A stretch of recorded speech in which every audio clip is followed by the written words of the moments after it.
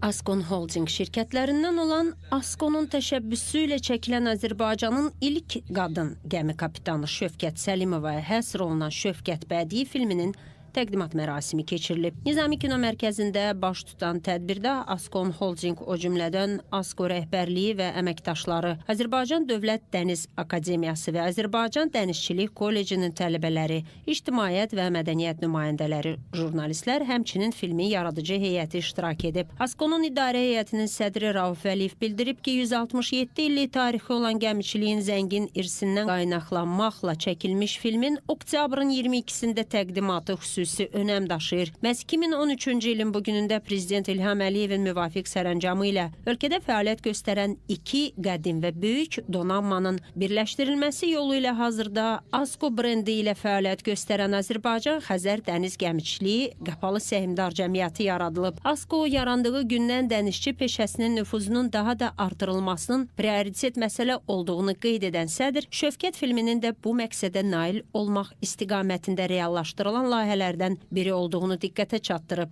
Tədbirdə xanım kapitana həsr olunan və 1979-cu ildə xalq artisti Flora Kərimovanın ifa etdiyi Sular Qızı romansından bir parça səsləndirilib. Romansın səsləndirilməsindən sonra xalq artisti Flora Kərimova Şövkət Səlimova ilə bağlı xatirələrini bölüşüb. Daha sonra bədii film nümayiş edilib. Filmin istehsalında 70-dən çox yerli və xarici mütəxəssis, həmçinin 100-dən artıq aktyor iştirak edib. Şövkət Səlimovanın obrazını gənc aktrisa Nəzrin Abdullayeva canlandırıb. Ekran işində xalq artisti Qurban İsmailov, aktyorlar Hikmət Rəhimov, Elsəvər Rəhimov, Nigar Mürsəlova və digər tanınmış simalar da rol alıblar. Bədii filmin ideya müəllifi Askonun İctimaiyyətlə Əlaqələr Departamentinin rəisi Mehman Mehdiyev, ssenari müəllifləri isə Suraxanı Gəmi Muzeyinin direktoru Tural İbrahimov və Asif Rüstəmovdur. Filmin quruluşçu rejissoru Asif Rüstəmov, təsvir rejissoru Rauf Qurbanəliyev, baş prodüseri Tural İbrahimov, icraçı prodüseri isə Səbinə Həsənovadır.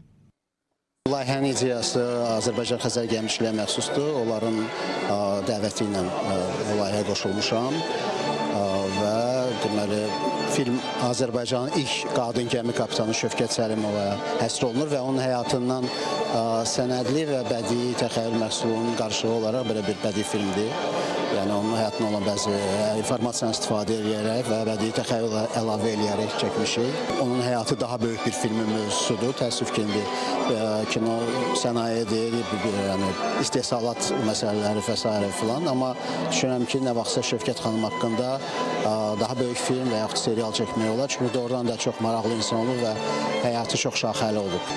Filmdə biz fokuslanmışıq onun 14 yaşı olanda başına gələn hadisədən və deməli 42-ci ildə Xəzər dənizində artıq üzdüyü dövrdə, İkinci Dünya müharibəsi dövründə Xəzər dənizində qəhrəmancasına öz peşəsini yerinə yetirib, Alman güllələri altında, təyyarələrin hücumu altında öz vətəninə xidmət edib, Azərbaycana xidmət edib və bu periodu biz film üçün əsas götürürük. Mən Meysə Noye, 11 yaşım var.